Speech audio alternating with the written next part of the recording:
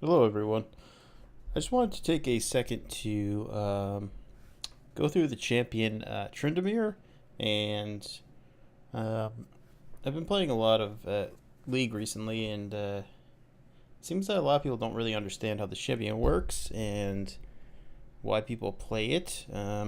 So I was just going to do a quick run through about the champion.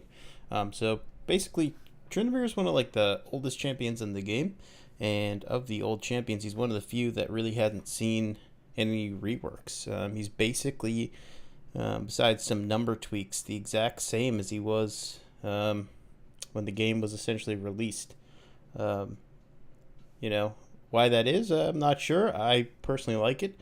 He really reminds me of what League used to be. But basically, what I wanted to get into is Tryndamere is a very one-dimensional champion. I think people fail to realize that because a lot of the champions nowadays are quite versatile. They can really do a bunch of different things. Tryndamere basically can only split push. That's really the only thing Tryndamere is capable of doing.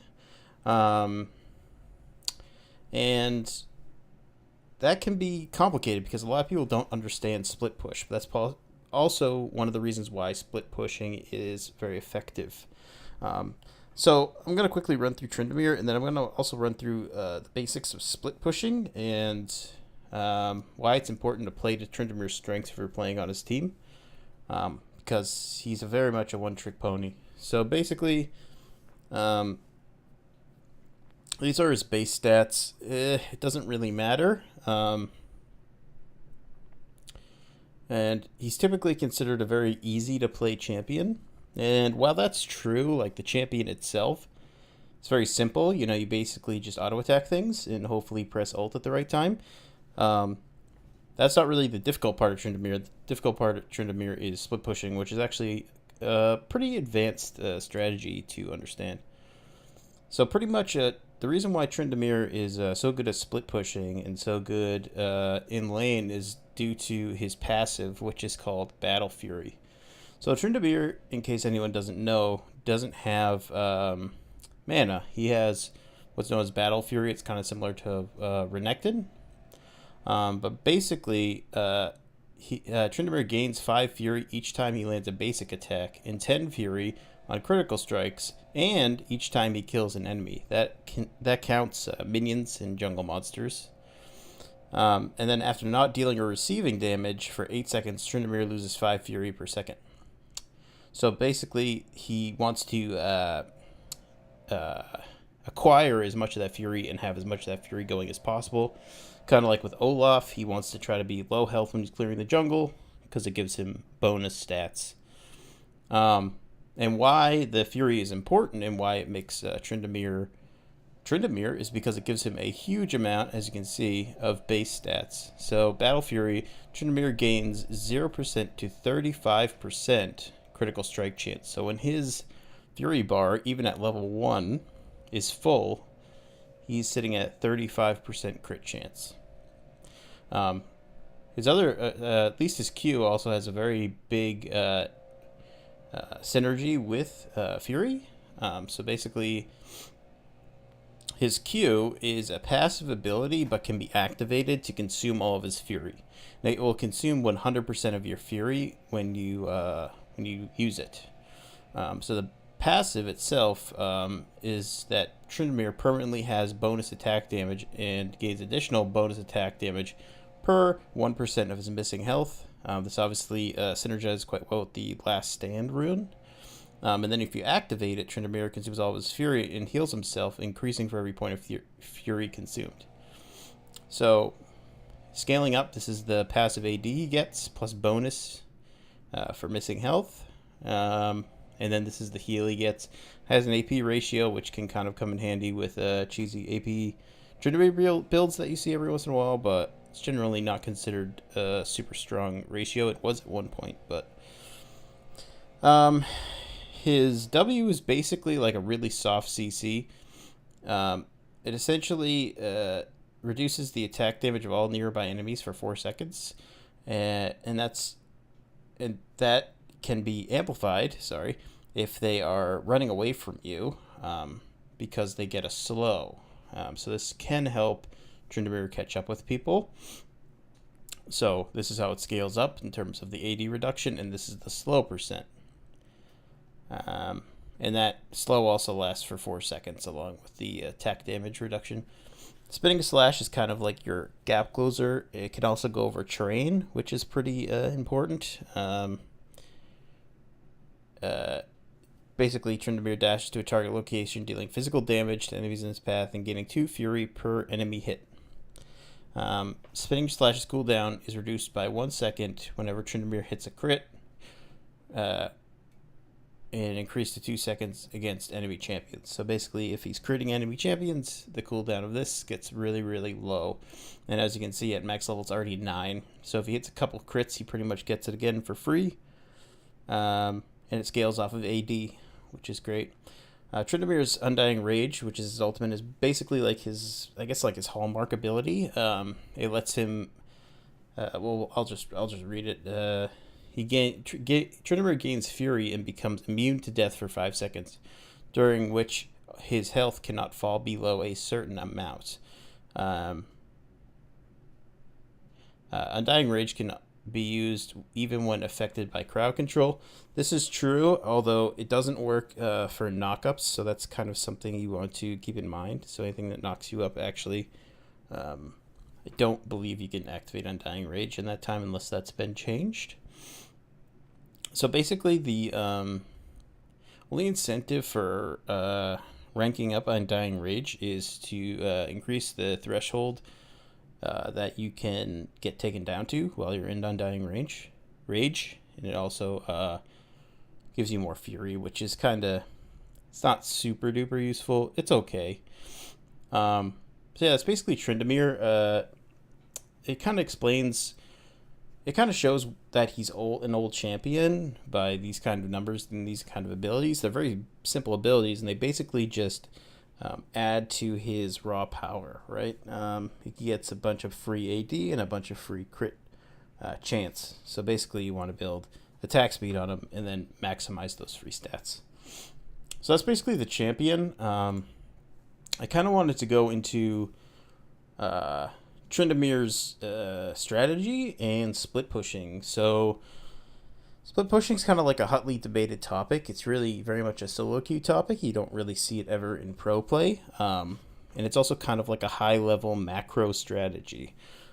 So a lot of people get very confused when if they don't necessarily understand split pushing strategies. And they have a Tryndamere on their team who's split pushing. So basically, Tryndamere is a one-trick pony, and he basically can only split push. That's the only reason he's good, is split pushing. So split pushing is kind of like if you want to think about it like a push and pull, it's like a tug of war between you and your team. And it seems very much like a solo endeavor because you'll just be split pushing on your own, but it's very dependent on your team and also wave pressure. So basically, in the early game, Tryndamere wants to try to either get ahead or at least just generate as much gold as possible in the top lane. If you can get a good lead on your opponent, that's going to help you out considerably. But basically, you just want to either go even or go ahead and just focus, really prioritize on CS. So if you do get a lead on Tryndamere, you typically want to roam. You can stall the wave, and if they come and try to attack you, you can kill them over and over. That's if they're bad. If they know what they're doing, they're going to not let that happen, and they're going to play safe. If they're playing safe, you can push waves into them, and while they're clearing, you can go down, get Scuttle, and you can counter jungle, because Tryndamere is very, very good in a 1v1, and he's also very good at clearing minions very quickly. So you can generate a pretty huge, sizable amount of gold once you start to get a lead, and then you can start snowballing your lead. Basically, you want to have a huge gold lead over and XP lead over your lane opponent at some point, to the point where they either leave or they have to just stall. There's only so long they can stall with minions crashing into their tower over and over. So that's basically the early game on Tryndamere. You want to get as big of a lead as possible. You want to counter jungle their jungler. You want to just get gold however you can. You want to make sure you're prioritizing less hits, and just growing your gold. You really want to get this first tower. So once you get this first tower, it kind of opens up your strategy. So depending on what time you get this first tower is very important. If you get this first tower early enough, I usually want to go for Rift Herald because that can help you push second tower. If it's getting closer to like the 20-ish minute mark, when you get this first tower, what you're actually going to want to do is push the wave into the second tower, and then you're going to want to back. And when you back, you're going to want to obviously buy items, and then you're going to want to signal your bot lane. So this is, remember, this is around the 20 to 25 minute mark. You're going to want to signal your bot lane to switch to top, and you're going to switch to bottom. And you're going to want to tell them to prioritize vision and pressure on Baron. So basically what you're going to be trying to do, this is when like the real deal split pushing starts to happen. So you're going to be fighting in bot lane. They're either going to swap their bot lane up top, which is probably what they should be doing, and then you're going to get the top laner down here, or vice versa. So you're going to be putting pressure on bottom, hopefully get this tower. But what that does is that since you're strong and you can push through towers, is it diverts their attention to bot lane. Why that's important is that around the 20-25 minute mark currently, if they send a bunch of people to try to deal with you bottom, your team can go and take the Baron. Obviously, the Baron is a very, very strong objective. Now, if your team is hovering around the Baron and they send a bunch of people to try to stop them from messing with the Baron, you can push on through on and on and on. And basically, a mistake I see a lot of people make when split pushing is not understanding where their team is in wave pressure. So you never want to overextend when split pushing, and I think this is something a lot of people don't realize. They think they can just push on through whenever, but you really want to make sure that you have a safe, clear path before you push, whether that's because your team is pressuring the Baron, or it's because they're trying to fight your team in here, and then all their attention's over here, or if they're trying to fight up here. That's really when you want to push. Until then, you kind of just want to stall the wave in like a safe-ish spot. And then anytime, you also want to prioritize vision in this area, because anytime someone who can potentially stop you or multiple people start heading your way, you're going to want to back off immediately. A trap you can always get caught in as Tryndamere is trying to fight into a 2v1. A lot of the times you're not going to win that, depending on how much CC they have. It's going to be really hard for you to win because Tryndamere is really susceptible to getting CC'd. So usually when you draw two, you're just going to want to waste their time as much as possible, because if they draw two down here, your team can go for Baron, right? And yeah, you just want to keep pushing waves until they make a mistake, and you have to be ready to capitalize on their mistake. And make sure your team knows that they need to prioritize vision and everything around the Baron. So if they make a mistake and send too many people your way and they're off chasing you, they can take the Baron. All right, so that's a very basic rundown of split pushing and wave management, and also Tryndamere. I hope you all enjoyed. If you have any questions, comments, just let me know. Yeah, thanks.